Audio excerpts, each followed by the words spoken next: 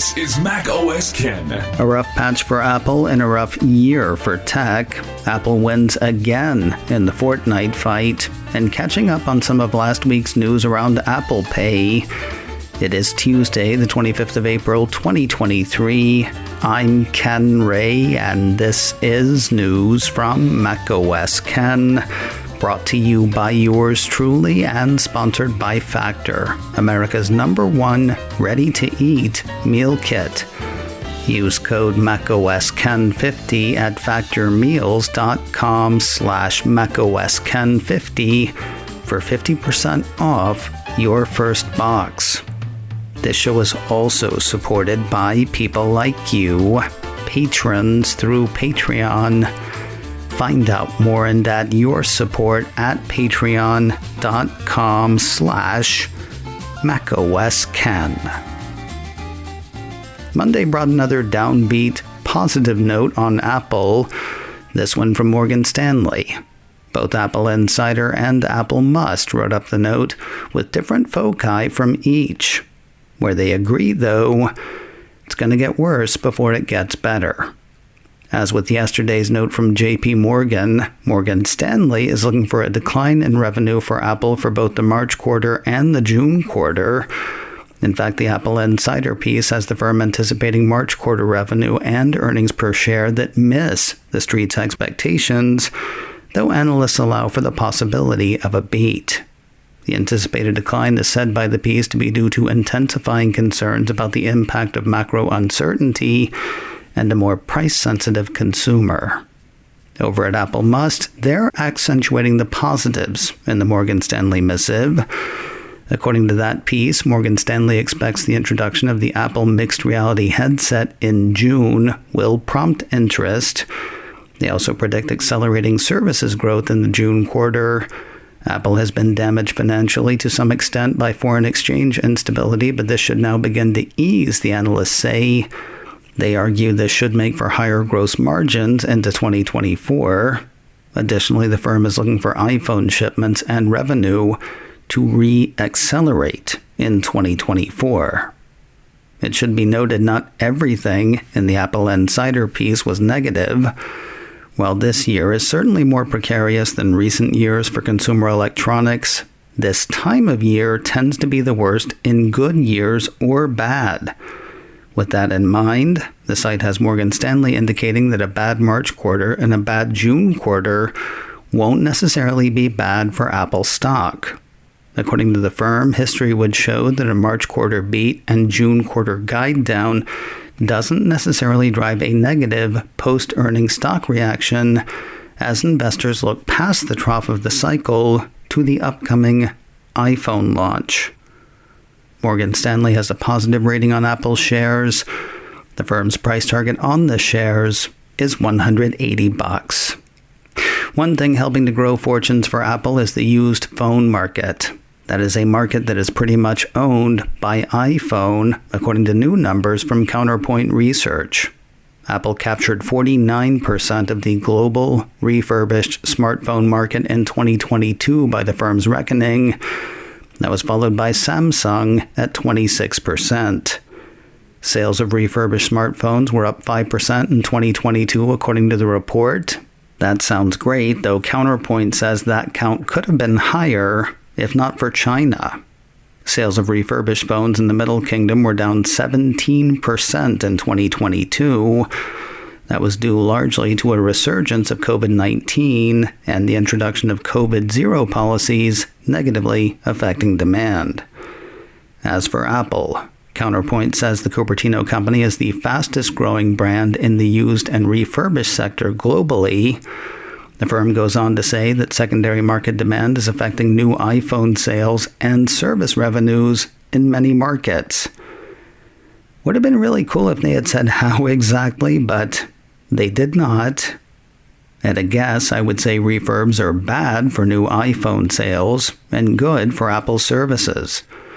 According to Counterpoint, new smartphone sales growth was down 12% in 2022, while sales of refurbished smartphones grew the aforementioned 5%. Amazingly, refurbished demand is being driven in mature markets mainly by new smartphone buyers. as in people picking up their first smartphone ever.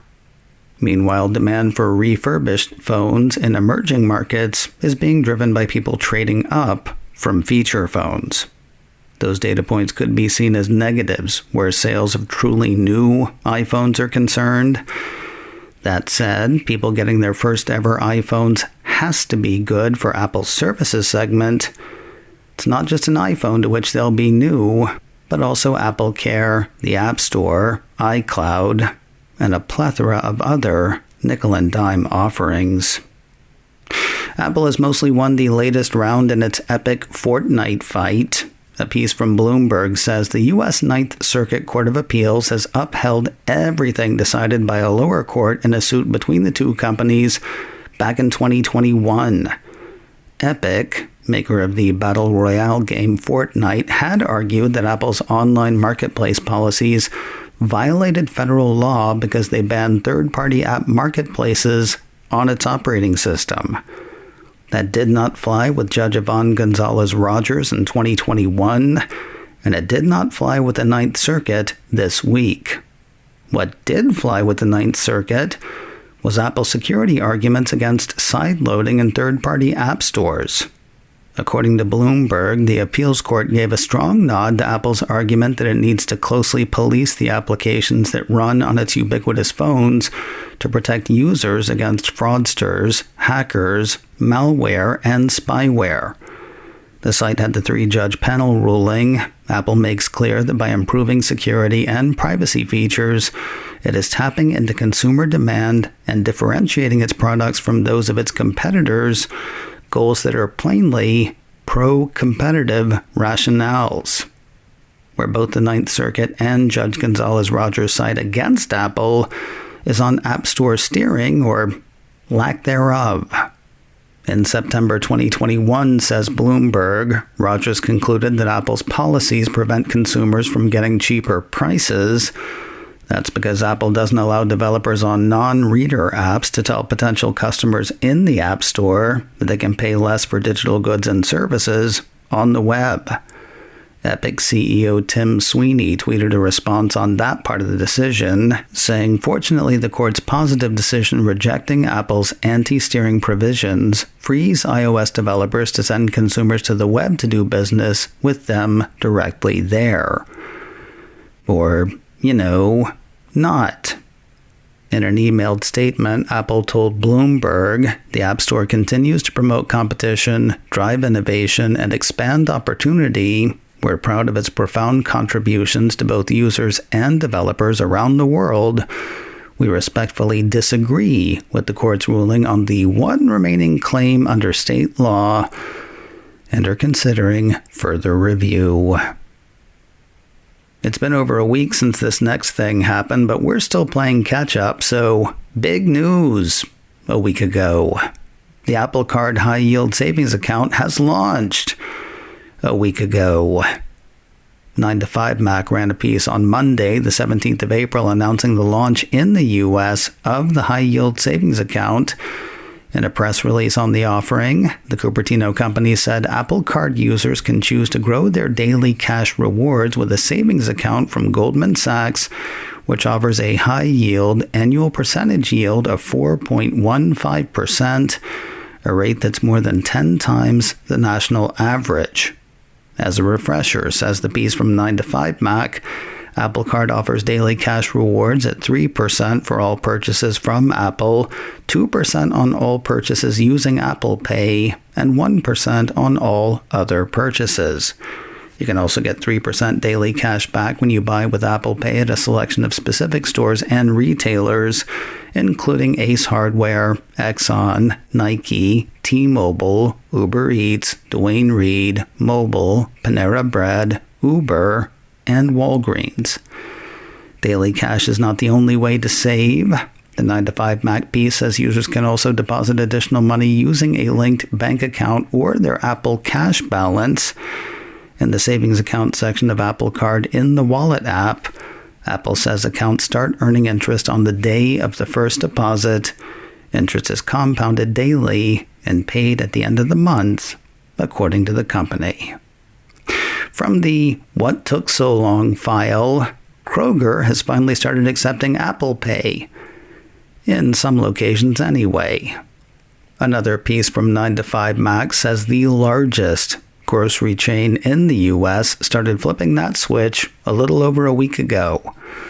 Apple Pay launched almost a decade ago, but that is only part of what makes this rollout seem slow. Another part, at least some Kroger subsidiaries already accept Apple's contactless payment solution. For example, Ralph's, a big grocery chain in the western part of the U.S. that is owned by Kroger, started taking Apple Pay in late 2022. Other Kroger-owned chains, including Fred Meyer, WFC, and King Soopers, also accept Apple Pay. Where all this gets weirder still, Kroger has so far said nothing about the change at Kroger. And again, it's possible the upgrades are taking time, or that the whole thing was an accident. While folks on Reddit and readers of 9 to 5 Mac have noted the Apple Pay acceptance for at least some locations, the service is still a no-go at stores visited by some 9 to 5 Mac staffers. For its part, Kroger has not acknowledged or confirmed its plans to support Apple Pay, according to the piece.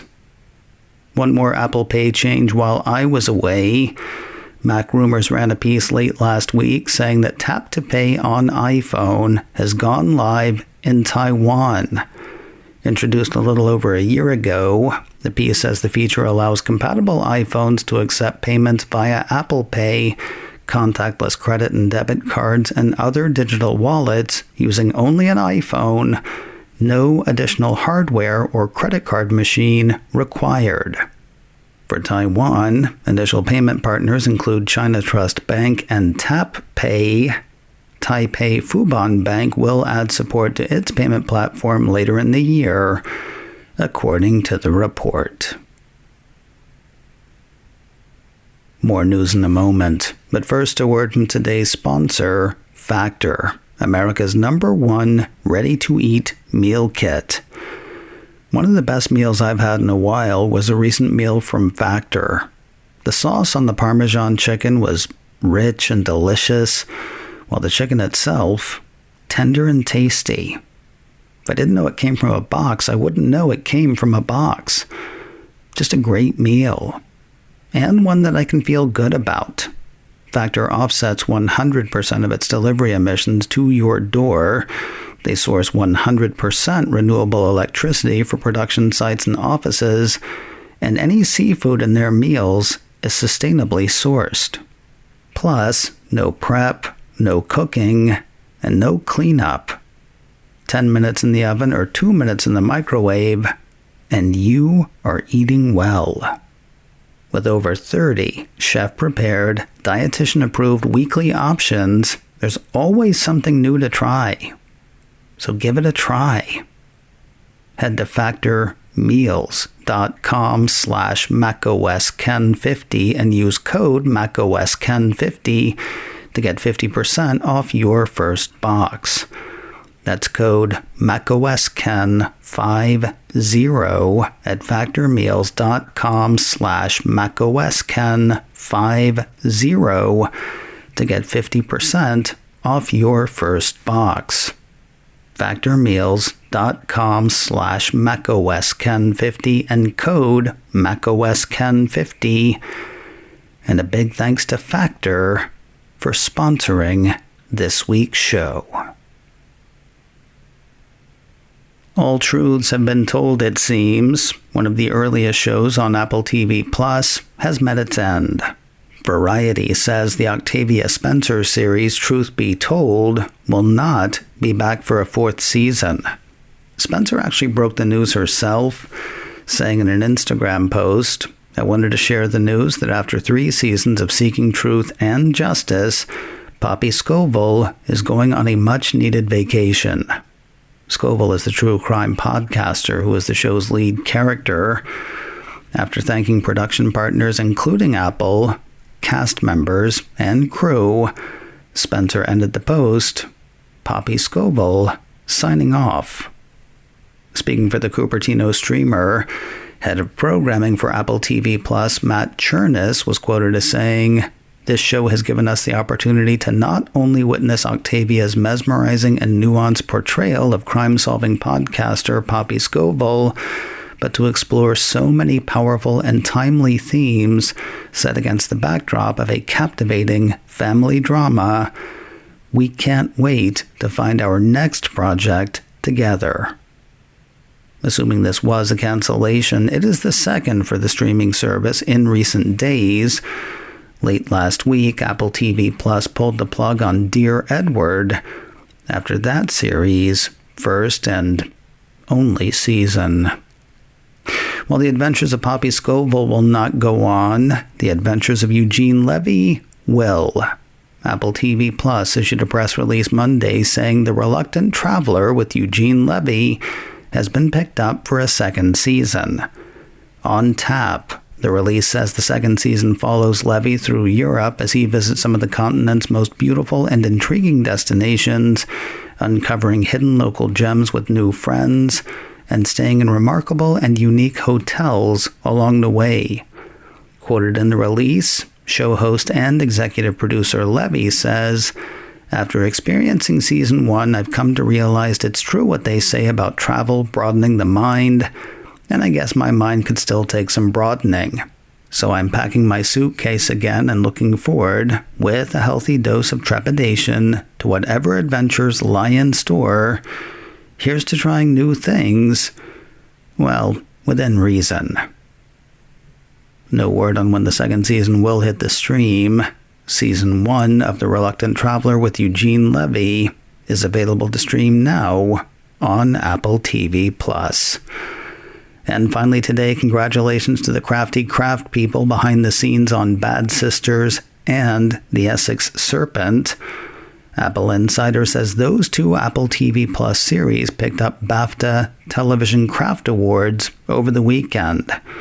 According to Apple's press release on the awards, the honors included Best Costume Design for first-time BAFTA winner Jane Petrie in recognition for her work on celebrated limited series The Essex Serpent, and Best Titles and Graphic Identity by Peter Anderson Studio for acclaimed 5-time BAFTA-nominated black comedy Bad Sisters. If you're feeling bad for the actors involved, don't. Their time has not come yet. Apple Insider says BAFTA splits its television awards into 2 ceremonies, with the craft categories being followed by the main event on the 14th of May. Between the 2 ceremonies, Apple TV Plus received 15 nominations in total. Among those 15 are 6 for acting. The Cupertino streamer has nominees from the shows Bad Sisters, Blackbird, and Slow Horses. macOS Ken, brought to you by me and sponsored by Factor. Use code MacOSKen50 at factormeals.com/MacOSKen50 for 50% off your first box. This show is also supported by people like you, patrons through Patreon. Find out more and add your support at patreon.com/MacOSKen. Advertising handled by Backbeat Media. Online at backbeatmedia.com. You can reach me a couple of ways. Info at macosken.com or call 716-780-4080. Until next time, that is news from macOS Ken. I'm Ken Ray.